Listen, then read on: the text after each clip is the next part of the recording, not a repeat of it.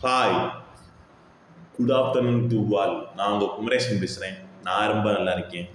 நீங்கள் நல்லா இருக்கீங்களா? ஓகே. இப்போ நம்ம ஆழமாக ஒரு விஷயம் அதிகமாக நேசிக்கிறோம், ஆழமாக ஒரு விஷயம் பிடிக்குதுன்னா அது பிரபஞ்சம் கவனிக்கும்.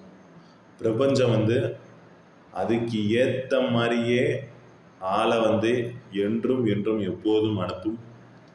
சரியான காய்களை நடத்தும்.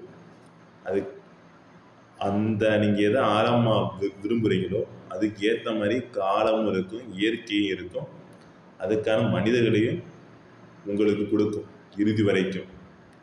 ஓகே, இதுக்கு மேலே என்ன செய்யுது? உங்களையும் தொந்தரவு பண்ணி அந்த இடத்த கொண்டு போய் சேர்க்கும்.